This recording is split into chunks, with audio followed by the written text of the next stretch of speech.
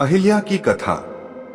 प्रातःकाल जब राम और लक्ष्मण ऋषि विश्वामित्र के साथ मिथिलापुरी के वन उपवन आदि देखने के लिए निकले तो उन्होंने एक उपवन में एक निर्जन स्थान देखा। राम बोले, भगवन, यह स्थान देखने में तो आश्रम जैसा दिखाई देता है, किंतु क्या कारण है कि यहाँ कोई ऋषि या मुनि दिखाई नहीं देते? विश्वामित्र जी ने बताया, यह स्थान कभी महात्मा गौतम का आश्रम था। वे अपनी पत्नी अहिल्या के साथ यहाँ रहकर तपस्या करते थे। एक दिन जब गौतम ऋषि आश्रम के बाहर गए हुए थे तो उनकी अनुपस्थिति में इंद्र ने गौतम के वेश में आकर अहिल्या से प्रणय याचना की। यद्यपि अहिल्या ने इंद्र को पहचान लिया था तो भी यह विचार करके कि मैं इतनी सुंदर हूँ कि देवराज इंद्र स्वयं मुझसे प्रणय याचना कर रहे हैं, अपनी स्वीकृति दे दी।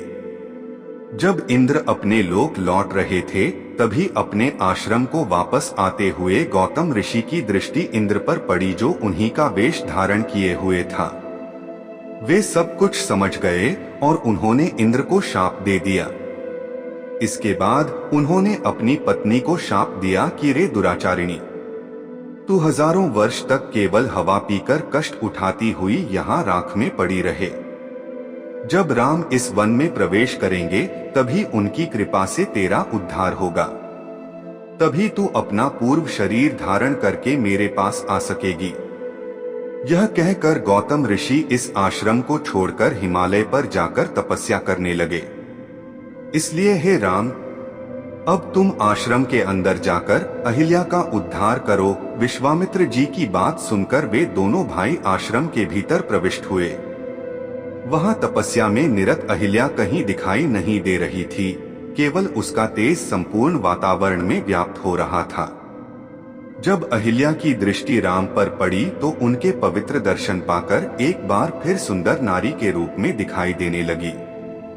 नारी रूप में अहिल्या को सम्मुख पाकर राम और लक्ष्मण ने श्रद्धापूर्वक उनके चरण स्पर्श किए। उससे उचित आदर सत्कार ग्रहण कर वे मुनराज के साथ पुनः मिथिलापुरी को लौट आए। यदि आपने हमारे चैनल द पटले को अभी तक सब्सक्राइब नहीं किया है तो प्लीज सब्सक्राइब कर दीजिए।